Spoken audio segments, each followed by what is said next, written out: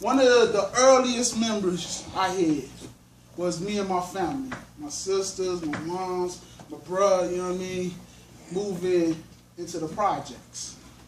And before that, before we moved into the projects, you know, it was we stayed with a lot of people. We were in a lot of shelters, you know. We moved around with my moms a lot, you know.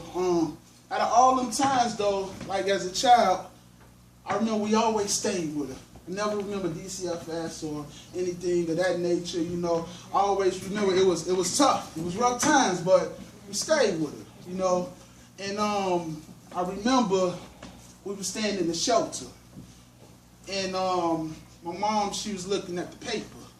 And it said $50 to move in. Now he'd included low-income apartments in the projects. Wow. And so that was the first time that it was a real chance that we could have a steady home to live in for good, you know?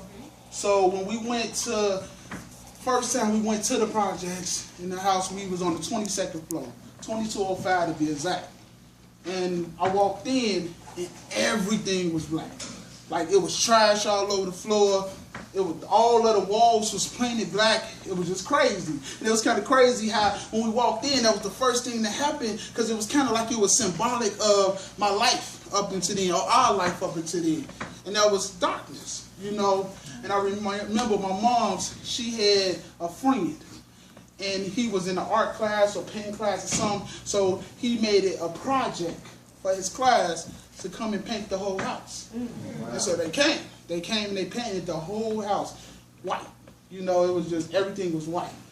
And it's kind of crazy because ever since when the house became white, the apartment became white, everything seemed to start changing. Everything started looking up.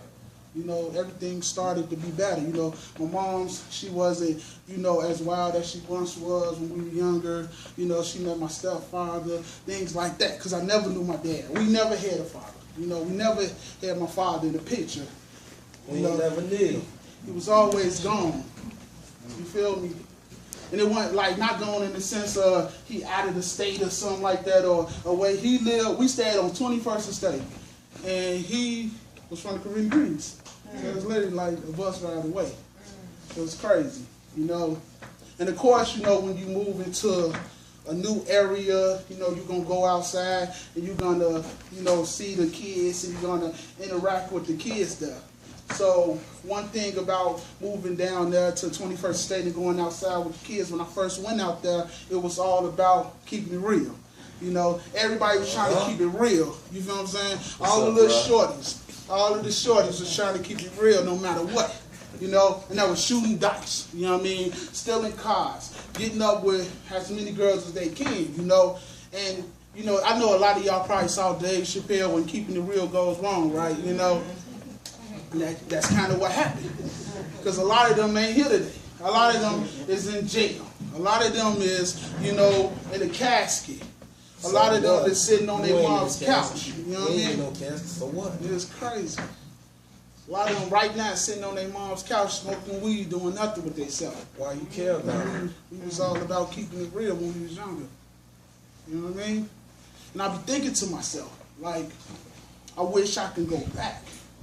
You know, I wish I could, if I could just go back as a man and what I know today, I wish I could just go back and keep it real with them. Tell them what really keeping it real means. You know? Because if we had a man around, a father figure around, you know, somebody older, somebody who was wiser, who wasn't on the simple stuff around to tell us, you know, what not to do, what to do. Don't steal, you know, don't fight, don't drink and smoke at an early age, you know, don't ditch school, you know, because that was all, people moved to their own feet. I hung around 5 or 6 guys when I was younger.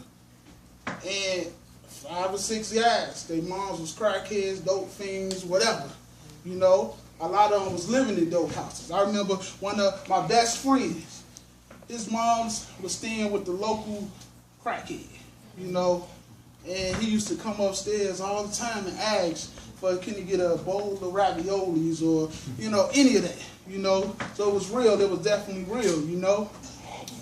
And so if I could just go back, if I could just go back and just talk to him and let them know, you know, that keep your head forward, there's another way. I would tell them, I heard y'all wanted to talk real talk. Well, it depends. Are you talking on some street stuff for us young black women and men? Because there is a difference, it just depends on your preference. Being in an institution or institutionalized. See, they institute these lies to the poverty-stricken, an obvious victim of the circumstance you live in that we call home. Engraved in stone until we all gone, it's a mockery of democracy. A hypocrisy, obviously, how can we properly be educated? Elevated to the rules of society. I mean, you could lie to me, but if I take that last word truly counts. They got y'all believing we'll never amount, bound by these chains unfound to these unholy grounds that we call home. Real talk. See, it's two different kinds of real. Real and R-E-A-L. You hear me, little man? I said it's two different kinds of real. Real and R-E-A-L. R-E-A-L. Rearranged evidence and lies, which applies to these youth that be yelling out the Jonas fire, ride or die. I'm too gangster to read and write. Selling death to color and white to our people late at night, distorting our visions. You talk about keeping it real, you don't even keep it realistic. See, it's your decision.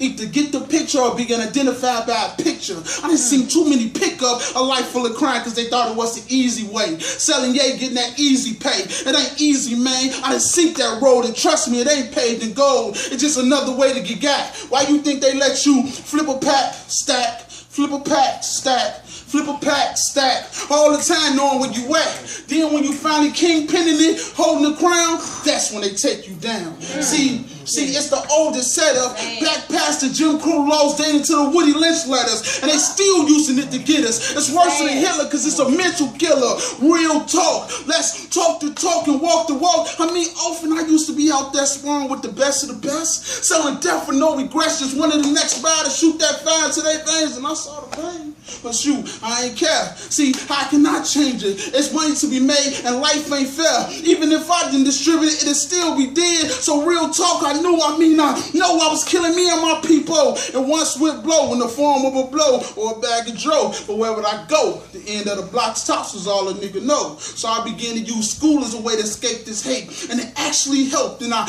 actually felt belong strong and in charge of my own. This king was finally able to take the throne, and ever since then I've been in the zone. So yeah, I heard y'all wanted to talk real talk for a minute. Start out put my 2 cents in it.